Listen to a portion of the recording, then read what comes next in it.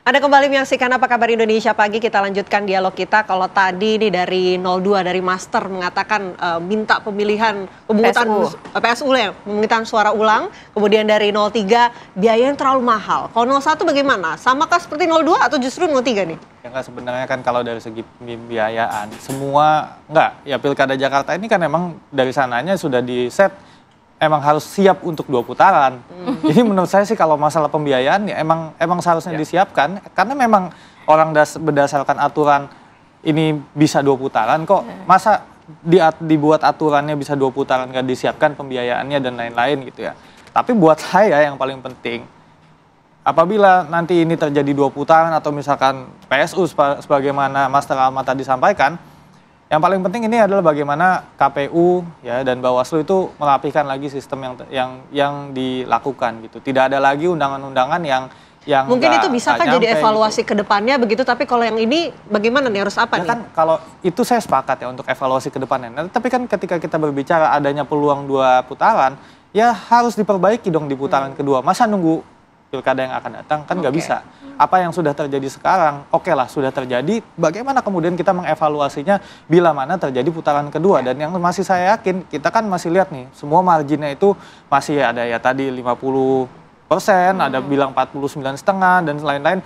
Ini kan masih simpang siur dan masih belum bisa dipastikan apakah akan 1 putaran dan 2 putaran. Dan bagi kami ya, di tim Ridho yang paling penting adalah kita menunggu aja dulu dari KPUD bagaimana hasil yang diberikan. Sambil juga saya juga sepakat tadi dengan Master Alma, come on Bawaslu, kita lihat lagi apa yang sudah terjadi di Jakarta, banyak-banyak kecurangan ya tadi ya. Kalau misalkan ada sembako, diteliti lagi politik sembakonya seperti apa, karena by rules politik sembako itu boleh apabila terjadi tebus murah. Ya. Bukan diberikan secara gratis, cuma-cuma gitu. Dan kami melakukan itu memang ada sembako-sembakonya dan itu dilakukan dengan tebus murah. Tapi kan kalau yang di Pulau Seribu kabarnya belum sempat didistribusikan. Ya itu makanya kan, itu dia, untung ketahuan duluan. Oke. Tapi kalau dari 01 ada datanya. Misalnya tadi kan dikatakan 4 juta tuh angka yang banyak loh untuk warga Jakarta begitu kan. Data di mana saja, bukti-bukti yang konkret, mungkin yang tidak dapat surat undangan atau saksi yang tidak diperbolehkan masuk dan lain sebagainya. Untuk memang disodorkan artinya ke Bawaslu dan juga diproses begitu. Baik.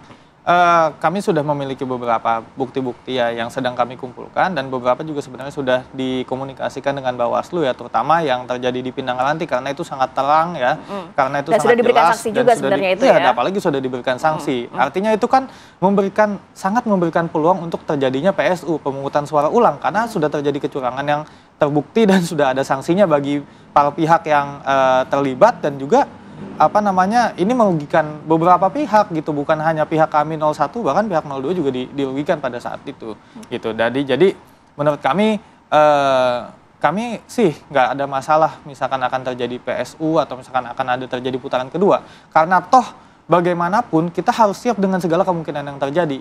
By rules ini kan sudah emang bisa jadi 2 putaran, jadi ya masa sih kita nggak tahu konsekuensinya ini pilkada bisa jadi 2 putaran. Tentu di awal pasti semangat kita ingin ini jadi 1 putaran. Tapi kan kita lihat ternyata apa yang terjadi di lapangan sudah terjadi. Kita evaluasi habis-habisan. Tadi malam kami juga setelah sudah ada evaluasi dengan tim ya.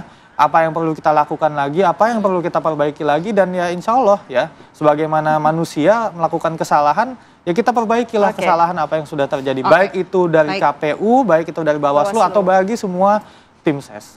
Master Alma, kalau misalnya 2 putaran, dananya sudah disiapkan belum?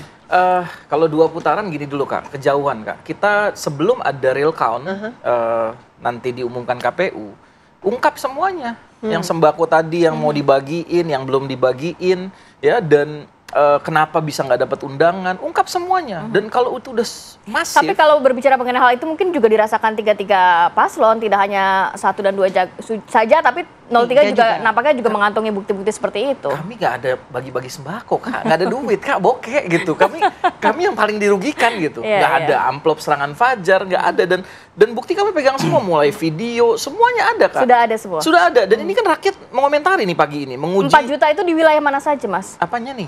Kan tadi dikatakan 4 juta partisipasi pemilih itu kebanyakan mungkin karena surat undangannya tidak Jakarta ada, Timur kan KPU saksinya tidak diterima. Di KPU Jakarta Timur udah minta maaf sama warganya.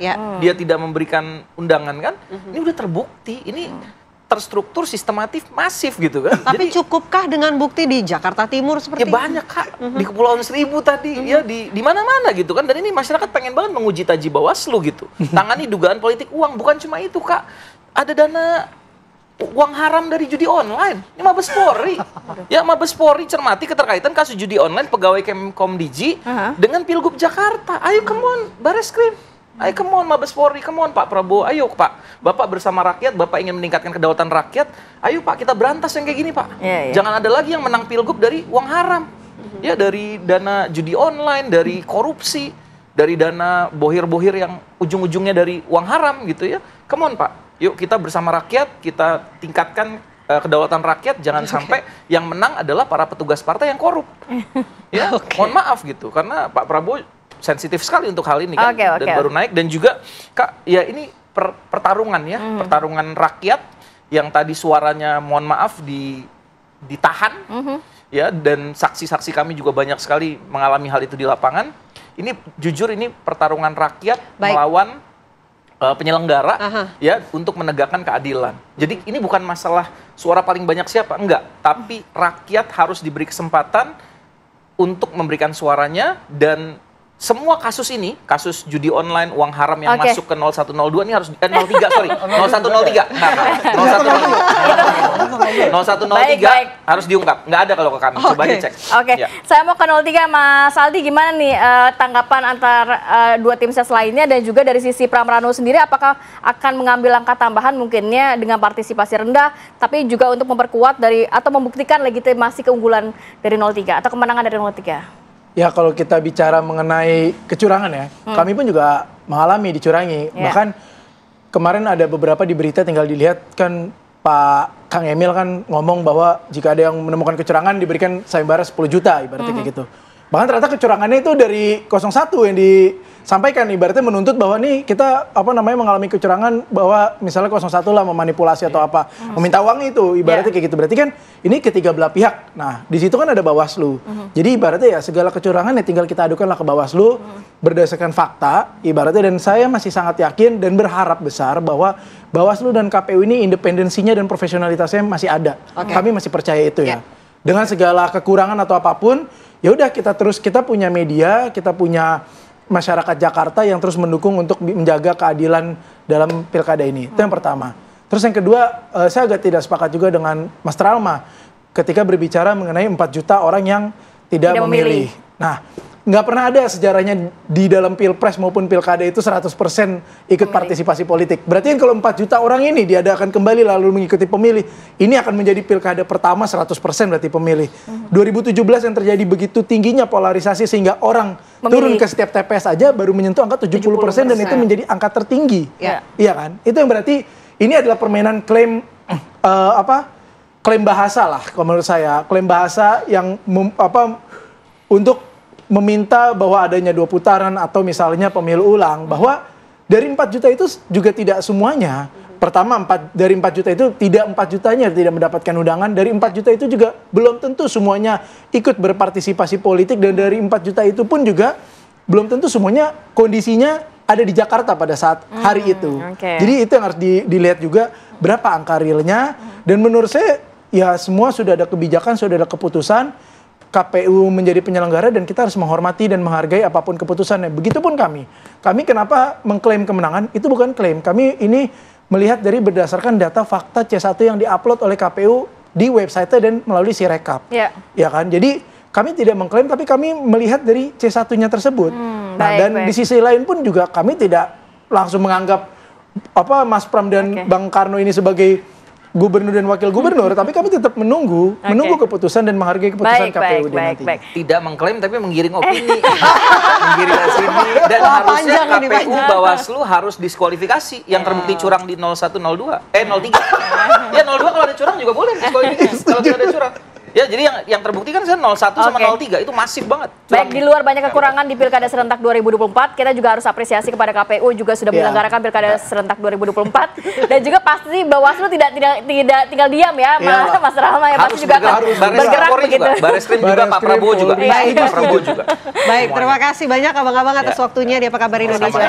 Terima kasih. Ya, pemirsa, kami jeda terlebih dahulu. Saya jeda, kami akan membahas mengenai kisru donasi 1,5 miliar rupiah yang diterima korban penyiraman air keras memasuki babak baru. Kementerian Sosial ini akhirnya turun tangan. Selengkapnya akan kami hadirkan. Tetaplah bersama kami.